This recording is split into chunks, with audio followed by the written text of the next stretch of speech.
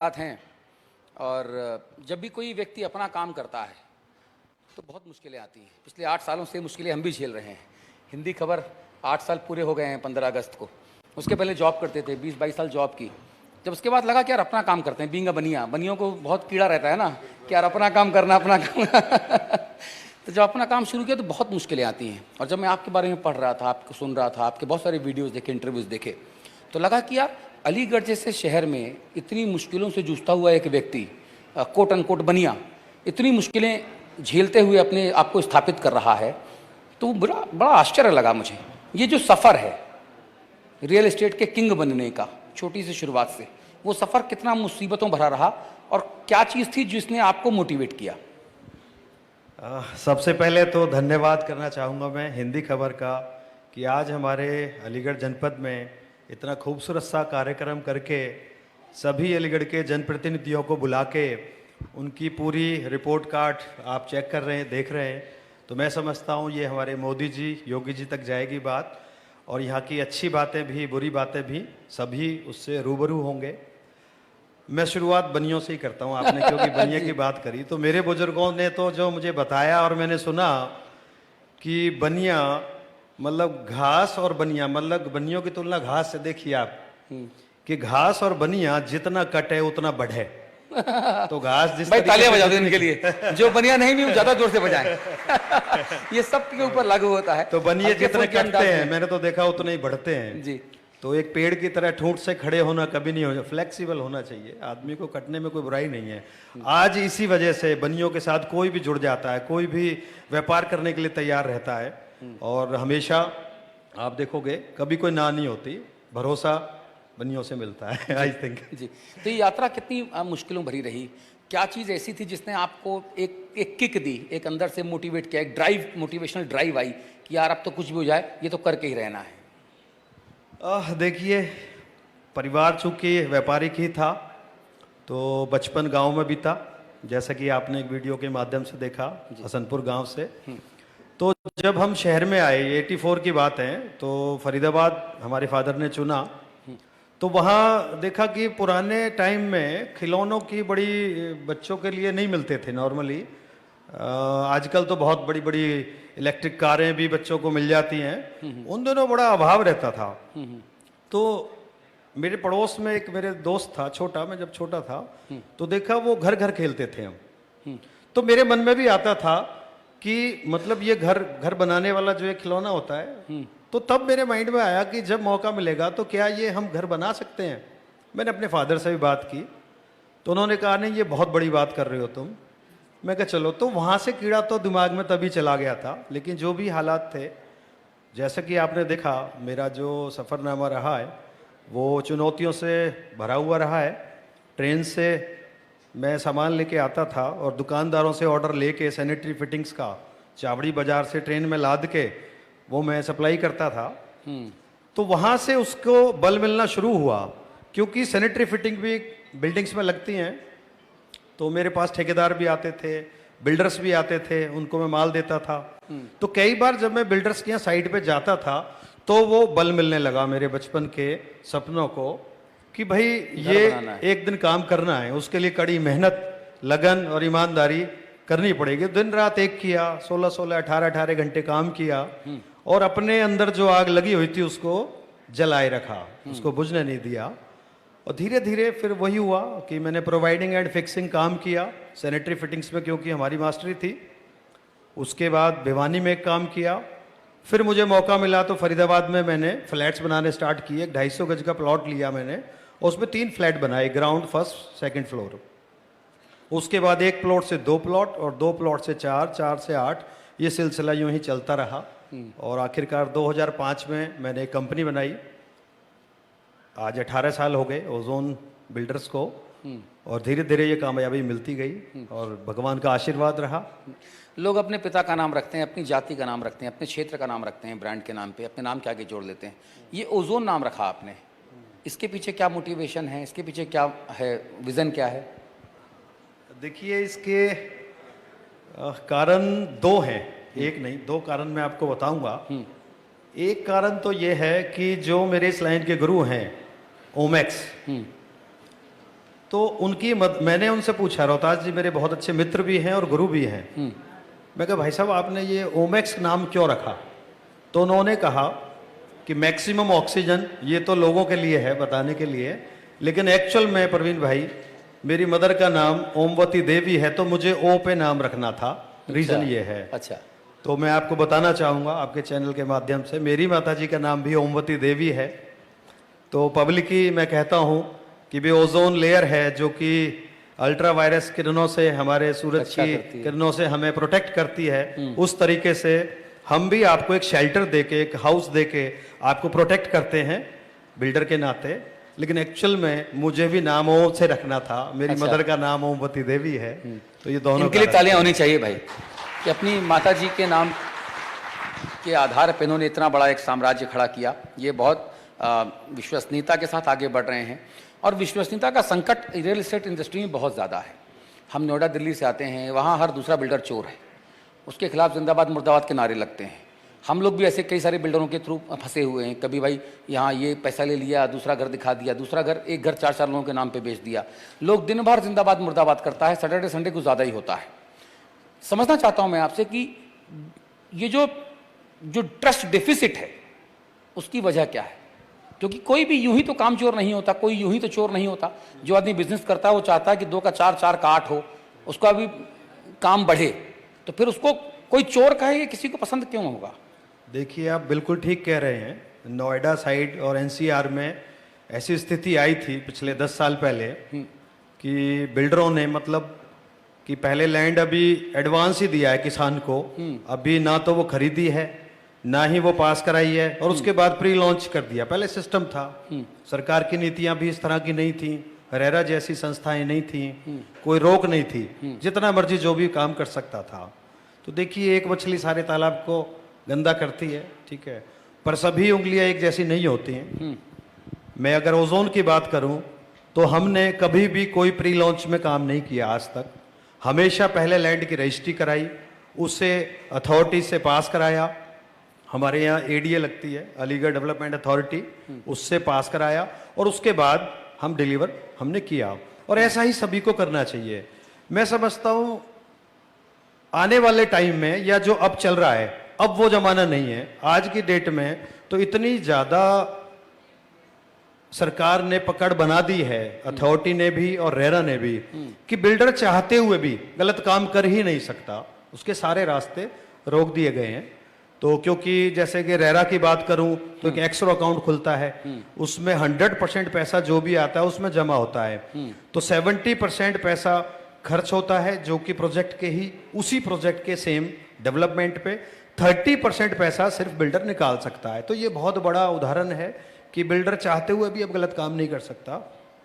और वैसे भी एडीए में भी डिपार्टमेंट की बात करूं तो पहले ही 20 से 30% लैंड मॉर्गेज कर ली जाती है कि कल को बिल्डर ने माल बेच दिया, पैसा इकट्ठा कर लिया, और कल को वो डिलीवरी नहीं दी उसने फ्लैट की या प्लॉट की, तो एडीए भी उसको जो बकाया, जो उसकी जो मॉर्गेज की हुई लैंड है उसको सोल्ड आउट करके और उसको वो क्लियर कर सकती है। तो इसलिए अब कोई, मुझे नहीं लगता कि वो जमाना पुराना था, अब ये नया जमाना है। अच्छा, जो बिल्डर हैं उन बिल्डरों के ऊपर विश्वास बढ़े तो बिल्डरों को ऐसा क्या आचरण करना चाहिए, ऐसा क्या करें वो कि जो खरीदार हैं उनमें भरोसा, जैसे आपके ऊपर, आपके ब्रांड के ऊपर लोगों का भरोसा है, वैसे बाकी बिल्डरों को ऐसा क्या करना चाहिए कि जिससे भरोसा बढ़े और रियल एस्टेट इंडस्ट्री में भी जो है वो बूम आए? जैसा मोदी जी कह रहे हैं कि भाई 2047 तक वो चाहते हैं कि हर व्यक्ति को छत मिले, हर व्यक्ति का अपना खुद घर हो। काफ़ी पैसा भी सरकार पंप कर रही है, आगे भी करना चाह रही है। तो ये ट्रस्ट डेफिसिट जो मैं बार बार कह रहा शब्द इस्तेमाल कर रहा हूँ, बिल्डर ऐसा क्या करे कि ये कम हो और विश्वास बढ़े? देखिए बिल्डर ने ऑलरेडी ये स्टार्ट कर दिया है। अब ये कुछ ही बिल्डर ऐसे हैं जो कि ना तो अपनी एडवर्टाइजमेंट में रेरा का नंबर देते हैं। अगर हम कोई भी एडवर्टाइजमेंट में रेरा का रजिस्टर नंबर दे रहे हैं तो ऑलरेडी वो विश्वास का पात्र है, वहां आप सेफ हो सकते हैं।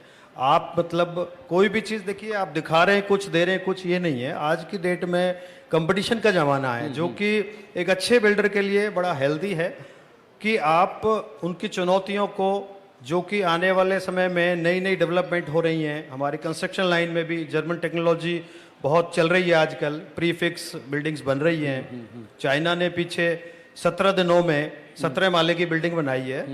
तो आपको देखिए, ट्रस्ट तो ये है कि मैं अपने बारे में तो क्या बताऊं, लेकिन जो खरीदार हैं उनको जरूर कहना चाहूंगा कि कोई भी आप प्लॉट या फ्लैट लें तो पहले उस प्रोजेक्ट के बारे में जांच कर लें एडीए से कि वो अप्रूवल है या नहीं है। अगर वो अप्रूवल है तो डेफिनेटली रेरा में भी रजिस्ट्रेशन कराना पड़ेगा। वहां मैं समझता हूं वो जैसे ये करेंगे अपने आप ही ट्रस्ट बिल्ट हो जाएगा। और जब अब हम अपनी बात करें तो हम तो ऑलरेडी 2010 से डिलीवरी टाइम पे देते आए हैं, हमारी कभी कोई डिलीवरी लेट नहीं हुई। ये अलीगढ़ गवाह है इस चीज का। अगर यहाँ पे कोई भी सज्जन बैठा हुआ है जिसने भी अगर ओजोन सिटी में कोई प्रॉपर्टी ली और उसकी डिलीवरी लेट हुई है या नहीं मिली, वो मुझे बता सकता है स्टेज पे। ऐसा कोई है क्या जो इनसे दुखी हो, इनके ओजोन ब्रांड से पीड़ित हो? ऐसा कोई है क्या? और अगर नहीं तो जोरदार तालियां बजाइए फिर। ये अपने आप में बहुत बड़ी सफलता है किसी रियल एस्टेट ब्रांड की कि जो मंच से ओपनली ये कह रहा है कि भाई कोई अगर हमारे द्वारा गड़बड़ी का शिकार है तो उठे और वहां पे एक भी हाथ खड़ा ना हो। तो ये अपने आप में बहुत बड़ी सफलता है उस बिजनेस के तौर पे, उस बिजनेस हाउस के तौर पे। सर, मैं समझना चाहता हूं कि एक आम लोग भी आपको देख रहे हैं, खास लोग तो देख ही रहे हैं। 19 करोड़ हमारी व्यूअरशिप है, देश के बाहर 21 देशों में हमारे ब्यूरोज हैं, वहां पर भी हमारा चैनल चलता है। मैं समझना चाह रहा हूं कि आजकल देखा जा रहा है कि एक तरफ तो अथॉरिटीज जो भूमि का अधिग्रहण करती हैं, वहां पे डेवलपमेंट्स करती हैं, वो हमको महंगा मिलता है देखा जाए तो। बनस्पत कुछ लोग नजूल की भूमि ले लेते हैं, कुछ वो लाल डोरा ले लेते हैं, कुछ ग्राम सभा ले लेते हैं, कुछ और कुछ अटरम सटरम की जमीन ले लेते हैं। नोएडा में आजकल लिखा होता है 5 लाख रुपया में प्लाट पाओ, अपना घर बनाओ।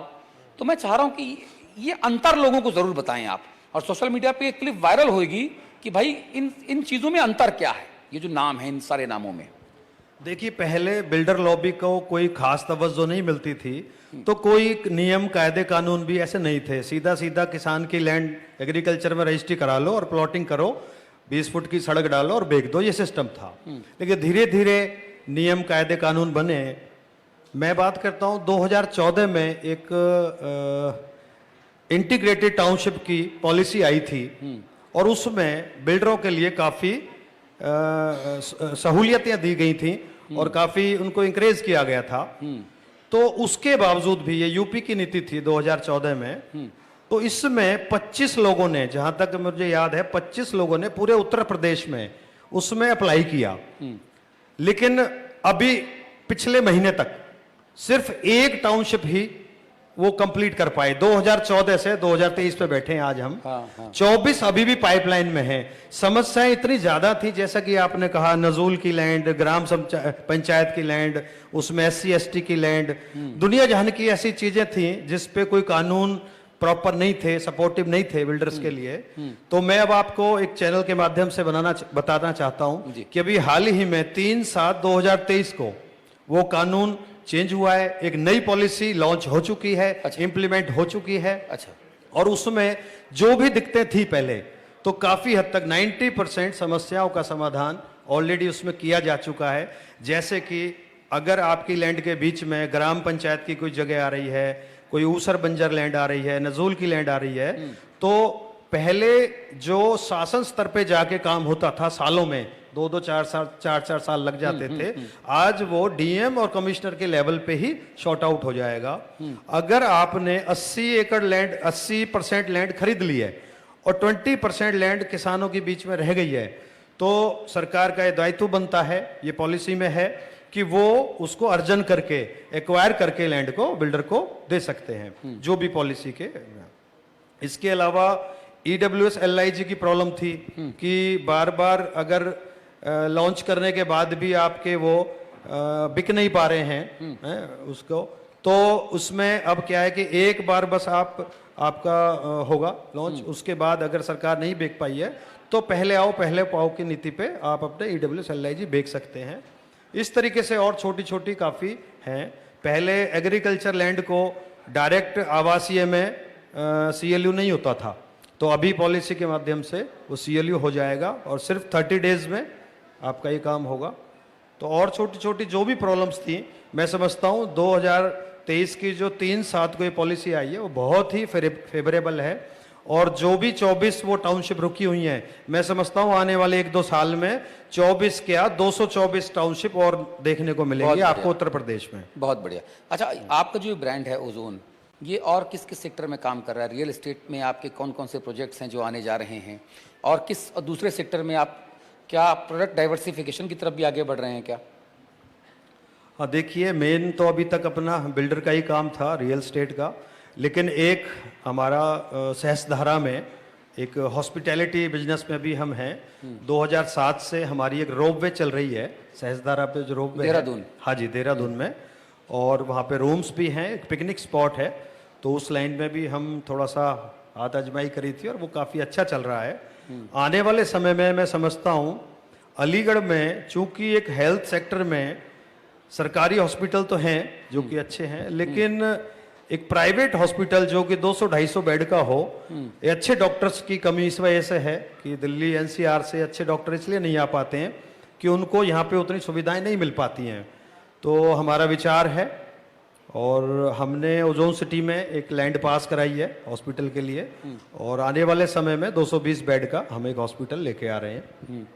यानी कि अब अलीगढ़ के लोगों को उत्तम दर्जे की जो है, उत्तम हाँ गुणवत्ता बिल्कुल, की स्वास्थ्य सेवाएं मिलेंगी, बिल्कुल मिलेंगी जी। जी।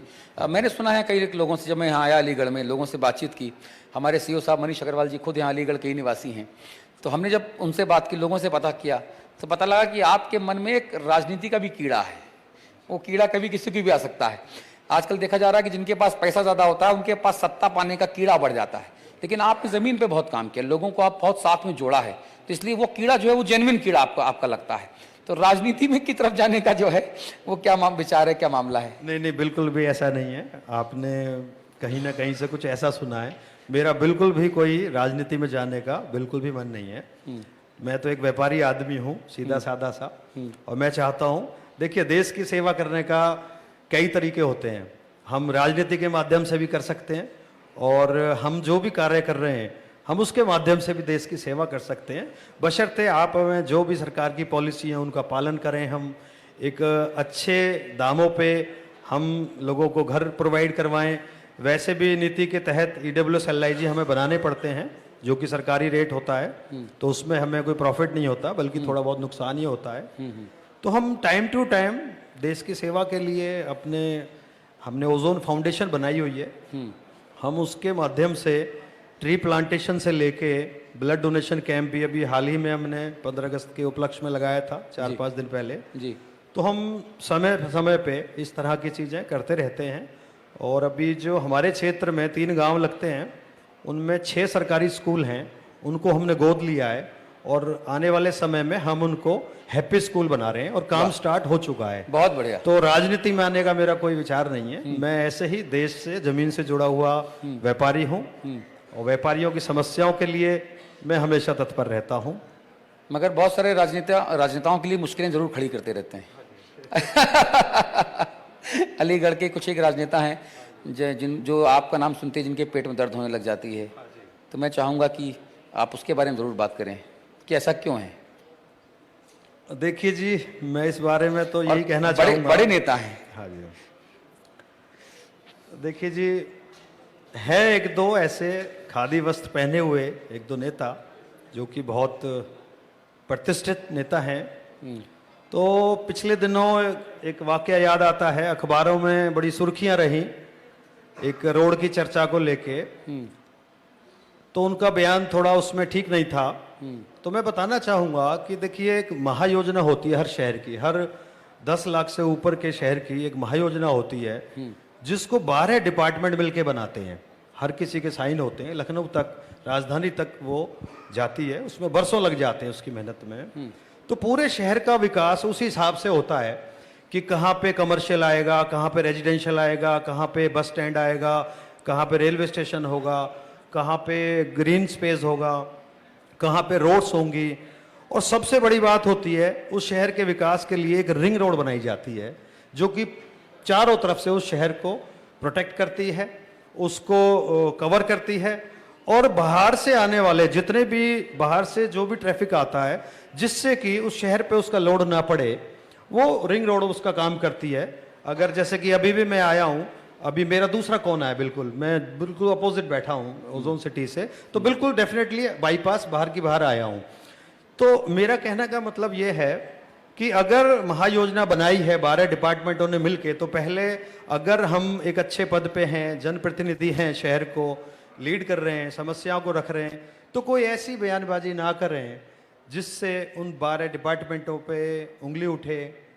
ठीक है, अब बयान था उनका कि भाई ये सड़क बनने के कोई आसार नहीं है और शायद हो सकता है शिफ्ट हो जाएगी। वो सड़क पिछले 25 सालों से मास्टर प्लान में चली आ रही है। 2021 और 31 का जो मास्टर प्लान है उसमें भी वो डिफाइन की हुई है।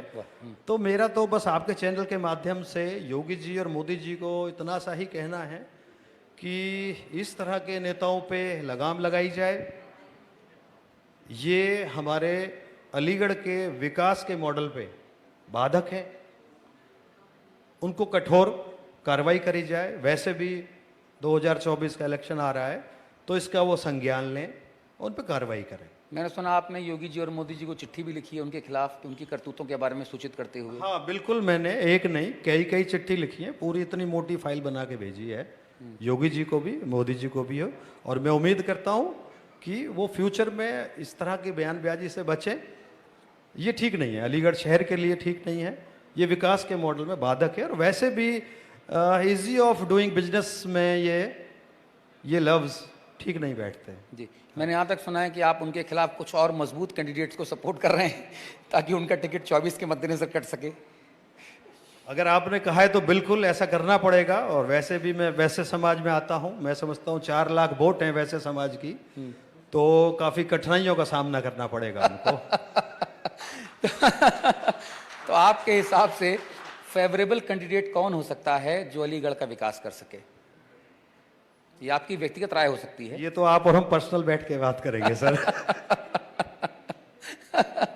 अच्छा, अब आने वाले देश काल वातावरण की बात करें, चुनावों की बात करें, तो क्या लग रहा है? उत्तर प्रदेश में 80 लोकसभा सीटें हैं। एक व्यापारिक घराने के मुखिया होने के नाते, एक जागरूक नागरिक होने के नाते क्या सोचते हैं, क्या होता देख रहे हैं आप? देखिए, एक बिजनेसमैन होने के नाते तो मैं इतना ही बताऊंगा, पहले और अब में, जो पहले की सरकारें थीं और अब की सरकार में बहुत ज़मीन और आसमान का फ़र्क है। लॉ एंड ऑर्डर को स्थिति को लेके तो वाकई में इतना बड़ा चेंज है कि आज आप हमारी बहन बेटियां कोई भी सड़क पे 12 बजे 1 बजे रात को निकले, कभी कोई दिक्कत नहीं होती है। ये बहुत अच्छा हुआ है। और पहले भूमाफियाओं का बड़ा आतंक था। मैं समझता हूँ कि योगी सरकार में ठीक है, कुछ रक्षक भी भक्षक बन जाते हैं कई बारी, एक हैं जिनकी अभी चर्चा हुई, तो लेकिन ऑल ओवर जो बाहर के गुंडे बदमाश और जो माफिया थे उनसे निजात पाई है हमने। और रही कि भाई कुछ अपनी ही टीम में से कुछ ऐसे हैं, तो मैं लगता हूँ कि योगी जी और मोदी जी की नज़र बहुत तेज है, उनकी जासूसी बहुत तेज है, वो पूरा हर किसी चीज़ पर नज़र रखते हैं। तो मैं समझता हूँ वो सोच समझ के ही बंटवारा करेंगे, टिकटों का चयन करेंगे। आपने कहा कई बार ऐसा होता है कि रक्षक भी भक्षक बन जाया करते हैं। क्या आप अलीगढ़ के मौजूदा लोकसभा सांसद सतीश गौतम की बात कर रहे हैं? देखिए, खुलेआम मंच पे नाम लेना मुझे नहीं लगता ठीक है। बस मैंने तो इतना ही बताया है कि खादी वस्त्र पहने हुए कुर्ते पजामे के ही वो शख्स हैं और अच्छी प्रतिष्ठित व्यक्ति हैं। जी, तालियां बजाइए इनके लिए, इनकी वाकपटुता के लिए। जनरली जो बिजनेस करते हैं ना, वो धंधे में तो तेज होते हैं, जुबान पे कच्चे होते हैं। तो आप जुबान में भी तेज हैं, ये देख के मुझे अच्छा लग रहा है। Thank you sir, thank you. इस इंटरव्यू के आखिरी हिस्से में कोई ऐसी बात जो आपको लगता हो कि बताया जाना ज़रूरी है और मैं ना पूछ पाया हूँ, आपके व्यापार के सिलसिले में, आपके अपकमिंग प्रोजेक्ट्स के सिलसिले में, आपकी व्यक्तिगत ज़िंदगी के सिलसिले में, देश काल वातावरण अलीगढ़ के सिलसिले में, तो आप बता सकते हैं। देखिए, बाकी से तो सारी बातें कर ली हैं, लेकिन बस मैं अपना हरियाणा छोड़ के फरीदाबाद से, चूँकि मैं बिलोंग करता था और अलीगढ़ में आया हूँ, तो मैंने अलीगढ़ में एक सपना देखा, ठीक है जी, उसी को चरितार्थ करते हुए हर वर्ग के लिए मैंने यहाँ पे सपना देखा था, चाहे वो लोअर इनकम ग्रुप से हैं, चाहे वो इकोनॉमिक वीकर सेक्शंस हैं, चाहे वो HIG हम बात करें, हायर इनकम ग्रुप से हैं, सभी के लिए एक आवास हो, एक घर हो अपना, सभी का है यही सपना। जी। तो उसको मैं साकार करने के लिए आया हूं और यही मेरा अपना भी सपना था कि मैं एक बिल्डर बनूं। तो आने वाले समय में मैंने देखा है कि अलीगढ़ में हर वर्ग के मकान और प्लॉट अवेलेबल हैं, सभी बिल्डर दे रहे हैं, लेकिन एक खास वर्ग के लिए किसी ने जो ध्यान नहीं दिया, एक यहाँ पे कुछ श्रेणी भी और एक खास वर्ग भी रहता है जो हाई क्लास है। तो आने वाले समय में मैंने एक प्रोजेक्ट अभी रिसेंटली में मार्च में ही लॉन्च किया है, जिसमें 500 गज मिनिमम होगा उसमें प्लॉट साइज, और 1000-2000 गज तक के विला उसमें होंगे। वो भी हाल ही में मैंने लॉन्च किया है। तो मैं समझता हूं कि वो वर्ग भी अब अछूता नहीं रहेगा, क्योंकि अलीगढ़ का जो बेसिकली विकास है और जो आपने हालत, अगर आप गलियों में गए होंगे तो ज्यादा से ज्यादा 20 फुट की सड़क, 25 फुट की सड़क है। तो घर तो देखो, अगर हम पे पैसे ज्यादा हैं हम शहर में बना सकते हैं अंदर 500 गज का भी, 2000 गज का भी। लेकिन जो समस्या है सड़कों की, कि हम अपनी फैमिली को लेके खाना खाने के बाद शाम को वॉक नहीं कर सकते, घूम नहीं सकते, ये सबसे बड़ी समस्या मुझे नजर आई।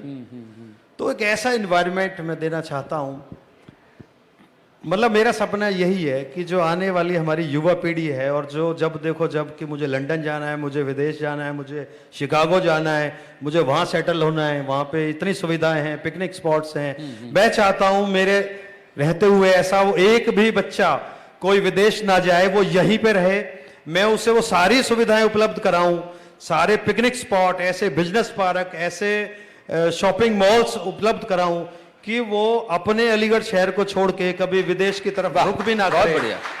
मुझे इसमें सभी जनप्रतिनिधियों का सहयोग चाहिए। मेरे अनूप भैया बैठे हुए हैं, हमारे विधायक जी बैठे हुए हैं छर्रा क्षेत्र से, इनका योगदान है, काफी सड़क पे लगे हुए हैं, ये बड़े पूरे यत्न कर रहे हैं और बहुत ही एनर्जेटिक हमारे MLA साहब हैं। बहुत बहुत धन्यवाद आपका। थैंक यू आप सर, हिंदी थैंक खबर महासंवाद उन्नत उत्तर प्रदेश में आए और आप जिस तरीके से रियल एस्टेट सेक्टर में अच्छे से काम कर रहे हैं, बहुत पॉजिटिविटी है। लोगों को जो वायदा आप कर रहे हैं वो वायदा पूरा हो रहा है। रियल एस्टेट सेक्टर में कई लाख लोग जो हैं वो अप्रत्यक्ष या प्रत्यक्ष रूप से रोजगार और अपनी जीविका अर्जन कर रहे हैं।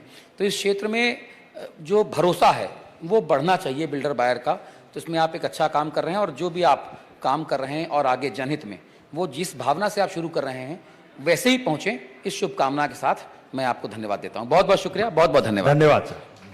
तो जोरदार तालियां हो जाए ओजोन ग्रुप के चेयरमैन एवं MD श्रीमान प्रवीण मंगला जी के लिए। और अब मैं मंच पर आमंत्रित करना चाहूंगी हिंदी खबर के CEO मनीष अग्रवाल जी, साथ ही MD अतुल अग्रवाल जी, कि आप श्रीमान प्रवीण मंगला जी को स्मृति चिन्ह भेंट करें। तो जोरदार तालियां एक बार फिर से हो जाए ओजोन ग्रुप के चेयरमैन एवं MD श्रीमान प्रवीण मंगला जी का, जिन्होंने तमाम सवालों के जवाब बड़ी बेबाकी से दिए। और इस महासंवाद को भी अब हम आगे लेकर के जाएंगे और तमाम सेक्टर से जुड़े लोग यहाँ पर मौजूद हैं, जिनसे सवाल जवाब का सिलसिला भी शुरू किया जाएगा। तो इस बीच यहाँ पर मौजूद हैं श्री योगेश प्रधान जी, जो कि जिला पंचायत सदस्य हैं। मैं चाहूंगी कि सर आप भी मंच पर आए, और श्री नितिन कुमार घुटी जी ये हमारे साथ मौजूद हैं,